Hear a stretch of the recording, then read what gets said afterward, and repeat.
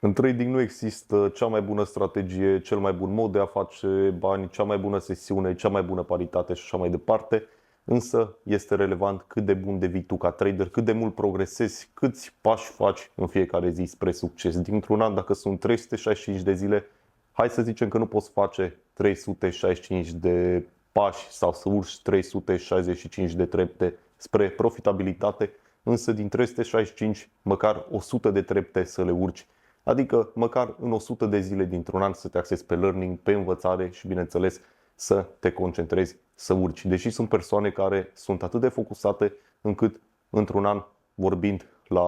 modul ipotetic, urcă și câte 500 de trepte. Practic, sunt persoane care sunt mult mai ambițioase, evoluează mult mai mult și despre asta este vorba, asta este relevant. Nu ce strategie folosești, nu ce paritate, ce sesiune și așa mai departe, însă totuși strategia joacă un rol crucial, așa că îți recomand, ca să nu pierzi timpul degeaba, să te axezi de la început pe learning și bineînțeles pe a învăța o strategie bine pusă la punct și o strategie care vezi că face relevanță și pe care o înțelegi, dar foarte important, la care consider că înțelegi logica din spate, pentru că degeaba înveți cum să trasezi o linie pe grafic, cum să trasezi o casetă, dacă nu înțelegi ce se și întâmplă propriu-zis acolo. Așa că despre asta este vorba în trading, despre a progresa constant și despre consistență.